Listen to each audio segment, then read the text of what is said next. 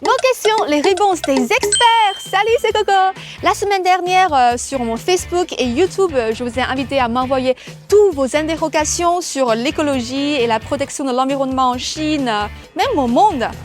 Et pour que les experts puissent ensuite vous éclairer.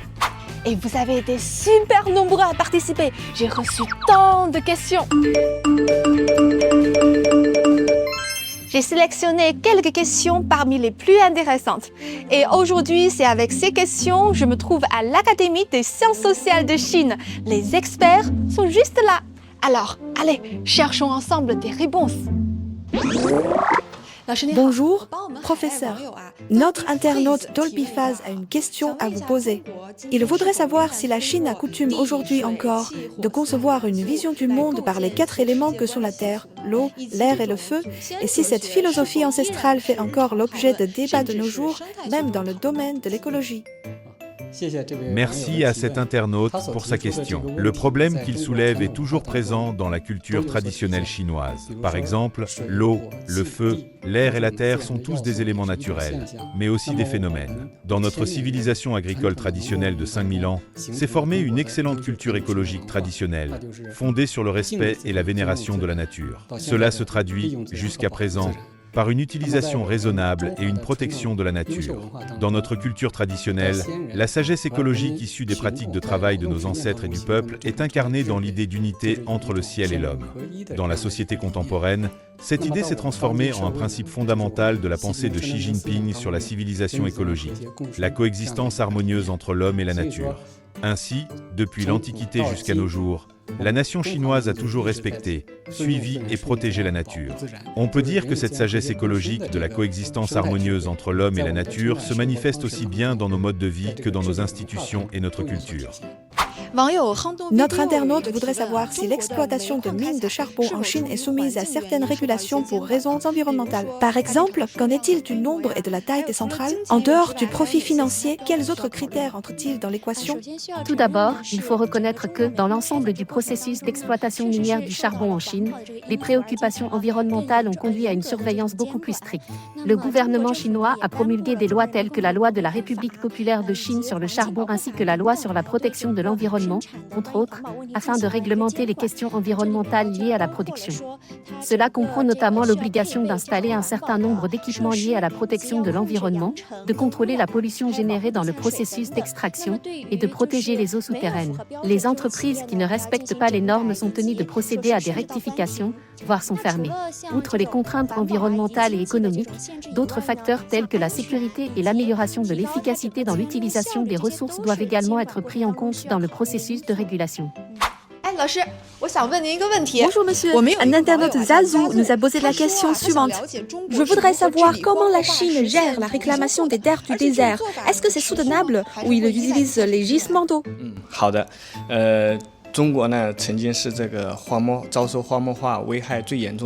La Chine a longtemps été l'un des pays les plus gravement touchés par la désertification. Mais au cours des dernières décennies, elle a accompli des progrès remarquables dans la lutte contre ce fléau. Par exemple, la Chine est le premier pays au monde à avoir réussi à atteindre un taux de croissance zéro de la dégradation des terres.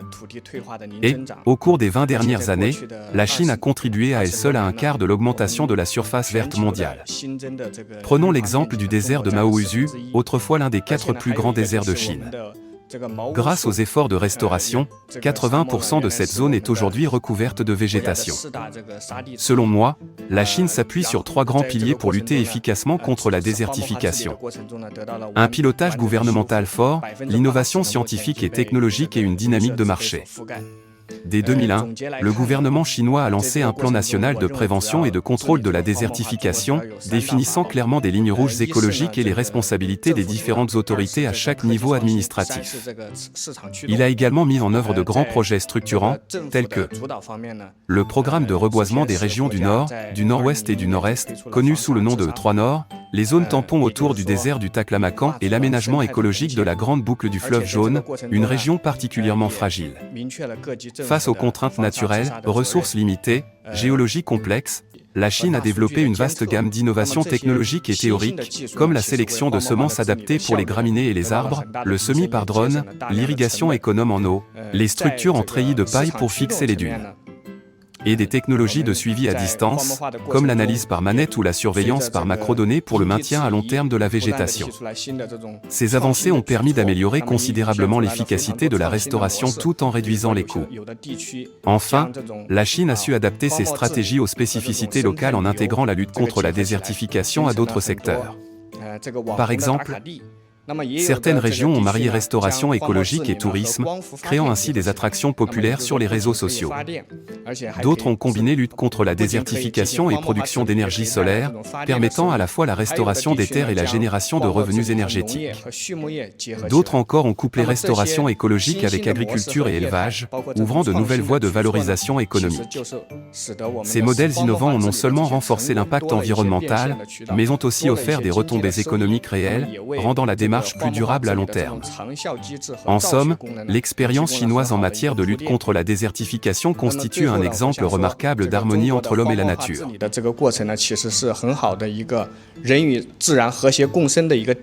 Merci beaucoup pour cette réponse complète et structurée. Zazou, cette réponse répond-elle à ta question? Est-ce que vous êtes satisfait?